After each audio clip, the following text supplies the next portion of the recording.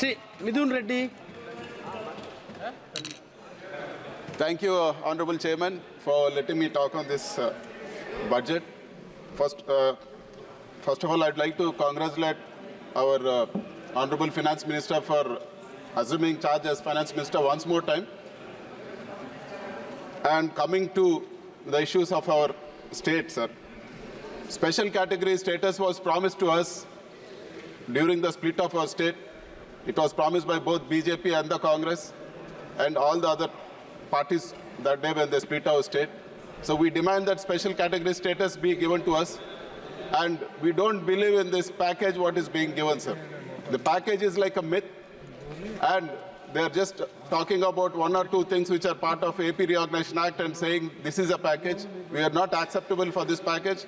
And I would also like to recall that my friends from Telugu Desam Party, they spoke of a special category status from 2019 to 24. I wish they stick to the same stand and keeping aside politics. YSR Congress Party is ready to work with all other parties, including TDP, for special category status in the interest of the state, sir. We demand special category status, and it can't be replaced with a package. And also, the Honorable Finance Minister was talking about a Polavaram project. It is very true that Polavaram is a lifeline for our state. We'd like to know from the Honorable Finance Minister, though it is a national project, why the execution was given to the state government? For what reasons? NDA was in power. The whole issue, giving execution to the state government is sort of blunder for this project, sir. The whole project has been messed up, and it was accepted at 2014 rates, which is not at all acceptable. It's 10 years now. Who is going to bear the cost of the escalation? And one more, sir. We'd like to know the blunder, the cost escalation of the blunder which happened in the construction of the diaphragm wall. For any project, any dam to be built, upstream and downstream, there needs to be a coffer dam built, sir. A coffer dam, the purpose of the coffer dam is to prevent the flood during the construction so that the main dam doesn't get affected. But what happened in Polavaram project, the diaphragm wall, which is the foundation of the main dam, was built without the coffer dams being completed. Thereby the flood eroded the whole diaphragm wall, sir. If the project is built on this same diaphragm wall, it is going to affect the security and safety of the project, and it's going to lead to a huge catastrophe. Sir, I would like to know, since this diaphragm wall is damaged, who is going to bear the cost of the diaphragm wall, which has to be built parallelly, which has to be constructed again, and it's going to cost thousands of crores? Is the state going to bear this or the center going to bear this? We don't accept this being put as a burden on the people of our state, sir. We also demand that land acquisition for Polavaram project be executed simultaneously along with the construction of the project. The delays because of these blunders should also be borne by the central government. That is our demand. And we would like to clarify, sir. The Honorable Finance Minister announced that 15,000 crores has been given for construction of Amravati. If this is a loan, who is going to bear this, and what is the advantage for the people of our state? Is it part of the FRBM limits given to our state, or is it is over and above that? So, as of what we understand, it is from the taxes of our people, and what is the advantage we are going to get with this 15,000 crores? We appreciate any help being done to the state, but we demand that it should be in the form of a grant and not in a loan. And we also want to know the timeline for Kadapa-Bangalore railway line. Now, the Telugu Desam and BJP are in power in the state, so we would like to know when the Kadapa-Bangalore railway line will be finished. And we also oppose the privatization of Visakhapatnam steel plant, sir. If we sell Visakhapatnam steel plant at this juncture without a proper iron ore mine, there is no way justice will be done. We demand that iron ore mines be allotted for Visakhapatnam steel plant, and the government own this. If iron ore mines are allotted to Visakhapatnam steel plant, it will be highly profitable and a big asset for our country. And we strongly oppose the privatization of Visakhapatnam steel plant. And we also demand whatever the other promises which have been made in the AP Reorganization Act. It has been 10 years since the promises have been made, and the tenure of AP Reorganization Act is also over. We want to know what's happening for Visakhapatnam Metro, Kadapa Steel Plant, and we also want to know the promises made in the form of Super 6 during the election. So we would like to know the timeline, because NDA is in power in our state. We would like to know the timeline for the execution of Super 6. We hope that Super 6 promises will not become Sorry 6 promises for our state. We wish and we hope the promises are kept. And it was promised that immediately after coming to power, all the Super 6 promises will be taken care of. But we don't find it, sir. Apart from one promise, nothing has been kept. And I would like to bring to the notice of the House, sir. Without proper law and order, how will the investments come? For example, sir, I've been restricted from going into my constituency. They attacked me. They had burned my vehicles. They destroyed my vehicles. The attack was, it was in the full glare of all the TV channels. And finally, a case was booked against me, sir. The attempt to murder case was booked against me. After an attack happened on me, a reverse case was booked against me. Such is the law and order situation. If the law and order situation is so bad in our state, how will investments come into our state, sir? I demand from the government that law and order be restored in our state, and all the violence has to be put to an end. And I would also request the government not to cut down on the spending of the 11 lakh crore capital expenditure for various other reasons. And also, I demand that MSMEs be given a top priority, because MSMEs constitute 30% of our GDP and 45% of our exports. They have huge issues in raising capital, sir. So, and they also have huge issues in regulatory compliances. So if these things are taken care of, MSME will grow further, and it's good for the economy of our country. And it is one of the major steps we need to take for achieving a 5 trillion economy, and hoping that the Honorable Finance Minister will answer to all our concerns. I end the speech. Thank you very much. Thank you. Thiru Subrayan. Civil aviation has witnessed unimaginable growth in the last 10 years since Modi ji has taken charge as the Prime Minister of the country. He had a special focus, he had a special vision for the civil aviation industry, and because of which he understood the importance of improving the infrastructure in civil aviation.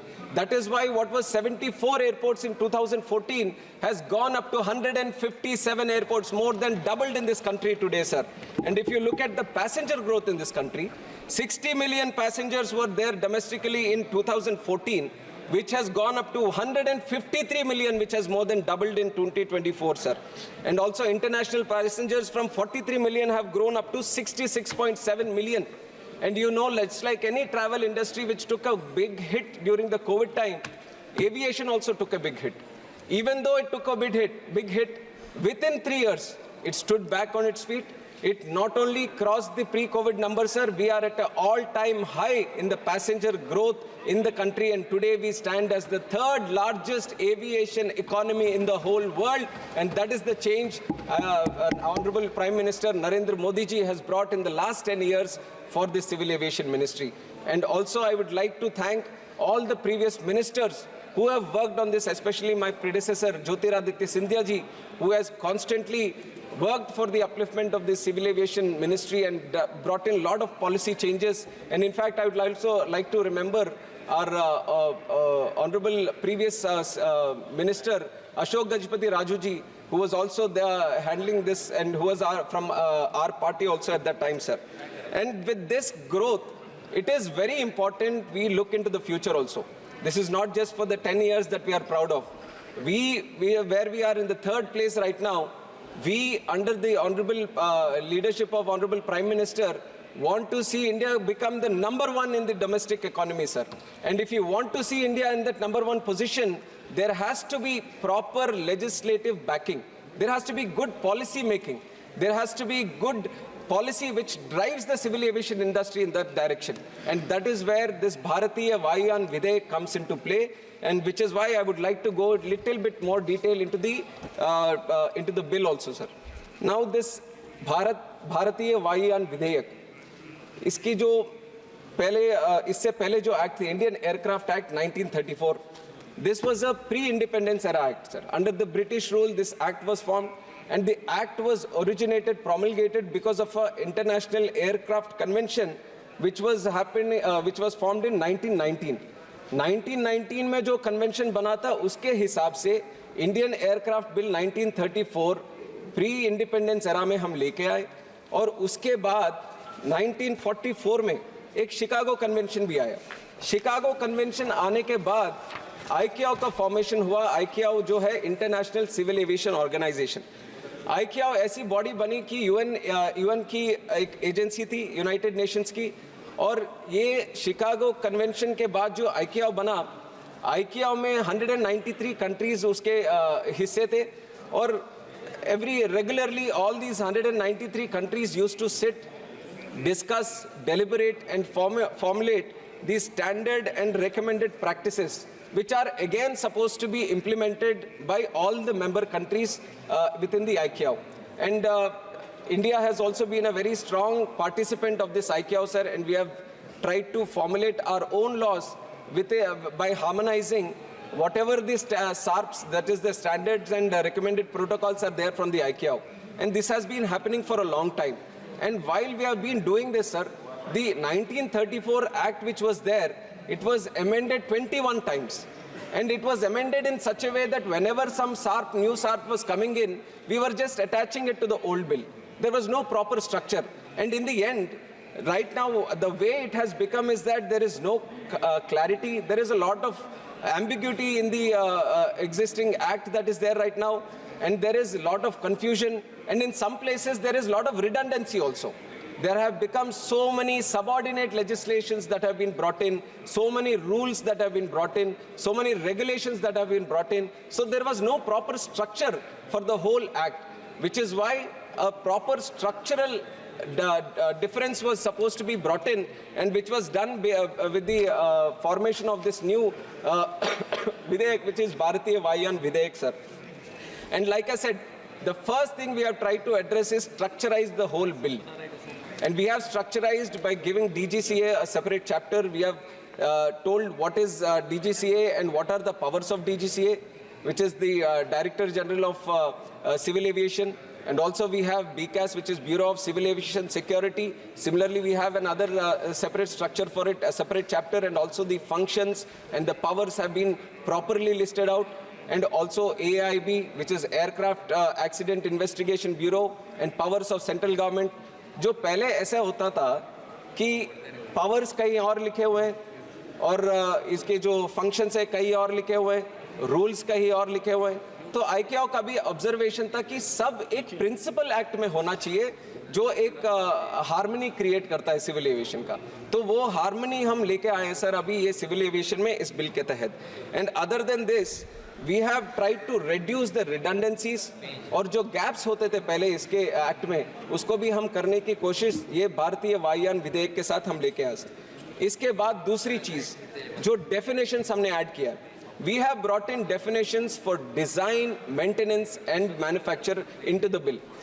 जो previous bill था Indian Aircraft Act, तो उसमें we didn't have design at all, we didn't have the word maintenance at all. And there was just manufacture as a word, but it was not defined. But today, under the leadership of Prime Minister Modi ji, we see a strong sense of Atmanirbharta being formed in this country, sir. And civil aviation taking an inspiration from that Atmanirbharta, we are imagining, we are trying to achieve a position for India in the future where not only we are operating planes in this country, we are designing planes, we are manufacturing planes, and we want to export planes to the whole world also, and that is the situation we want to create, and that is going to happen, exactly that is going to happen because of this Bharat Vayan Videyak that is going to come, sir. And especially the word design we have added.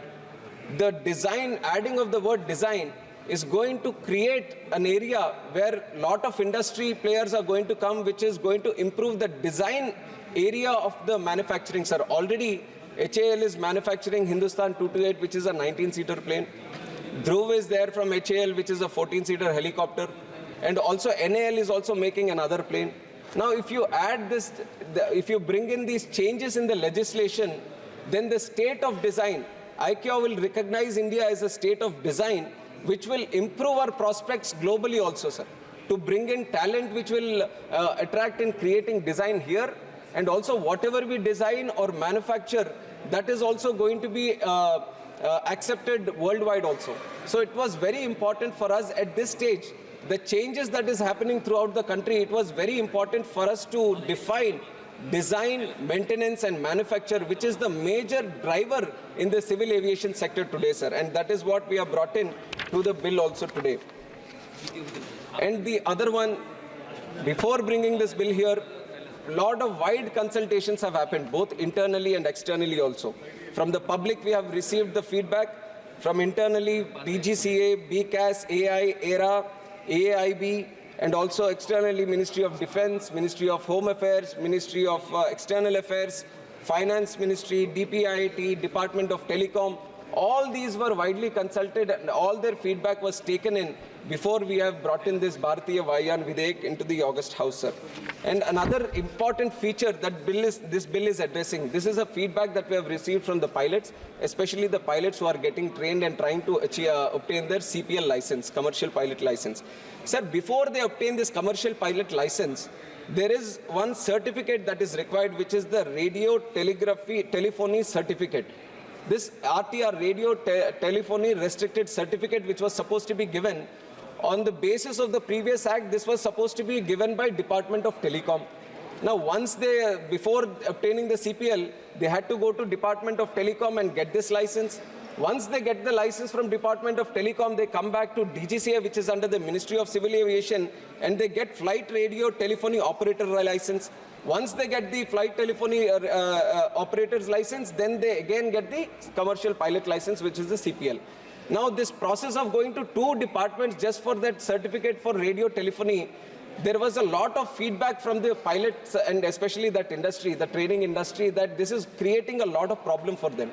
Now, going through two departments, the chair would also know how difficult the system gets over the years when there are different kinds of people. And especially DGCA has the expertise for the radio telephony in aviation, which is why it has the capacity to give flight radio telephony operator's license. So the feedback from the industry has been that why don't you shift this from the Department of Telecom and put it within the Ministry of Civil Aviation, and with this bill, we have addressed that feedback, sir, and we have shown that this is a government which listens to the public, which does what the public needs, and that is the change that we have brought in this bill also. And also, another important change that we have brought with this, sir, is regarding the appeals section. I thought a lot of people would talk about this, but not a lot of people have thrown some light on this. But there have been a lot of inconsistencies in the earlier act which was related to the appeal, sir. And there was provision for appeal against only financial penalties. Administrative penalties, there was nothing written in the earlier act which was addressing the appeals on administrative penalties. Only financial penalties, there was an appeal, and there was only one appeal that was allowed. But now we thought, when we are trying to change this bill, change the act and bring in a new bill, we have decided that we are going to implement the principles of natural justice. And whenever how the industry treats the appeals, how other departments are treating the appeals, we are going to bring that structure into this, and that is what we have done here also, sir. So any time any action is taken, the first show cause notice, the person against whom the action is being taken, he will be properly heard, and he will be given a chance to go for 2 appeals. And there will be a proper tribunal also after the appeals, so that he can get the principles of, he can avail his principle of natural justice, and that we have accommodated here. And just like I said earlier, there was only for financial penalty, the appeal was there. Now we have added administrative enforcement also, so that there is opportunity for appeal there also, sir. And also earlier, the Principal Act, the Indian Aircraft Act, only carried certain provisions regarding the action of suspension of licenses, certificate or approvals. The other sections which come under restrictions, they were addressed through some other rules. Now we have brought everything into the Principal Act, so that there is a legislative backing. There is a clear flow of instructions on how the licenses or certificates, how they get suspended or how they get restricted or how they get cancelled. All this has been brought into the Principal Act, which is going to create a lot of clarity on how the appeals and also how the licenses are being done in this country, sir. So these are some of the important points that the bill covers, and I feel that whatever members have raised regarding the issues of the bill, I was able to cover with this, sir. And especially there has been some discussion on the naming of the bill also. Bharatiya Vayuyan Videyak. I don't see what the problem is, sir. I have calculated how many words are there in the Act. 11,643 words are there in the entire Act. Out of 11,643 words, only 3 words. Only 3 words are in this Bharatiya Vayuyan Videyak. The rest of the text is completely in English. So there is no way how people feel that we are imposing certain things. And in fact, when you are bringing these 3 words also, everyone should feel happy. I was hearing someone saying that you come from Telugu land and you are accepting this. Of course, I'll accept it. It is an Indian language. We are all proud of all the Indian languages that are there. And Bharatiya Vayuyan Videyak. In Telugu also, Bharatiya is Bharatiya only, sir. In Telugu, Vayu is also Vayu only, sir. So I treat this as a Telugu name also. And I treat it as a Sanskrit name also. I treat it as any other Indian language. So just by bringing the name of this act, I feel that everyone should feel proud of this and not oppose the naming of the act, sir. That is one point that I wanted to ensure this.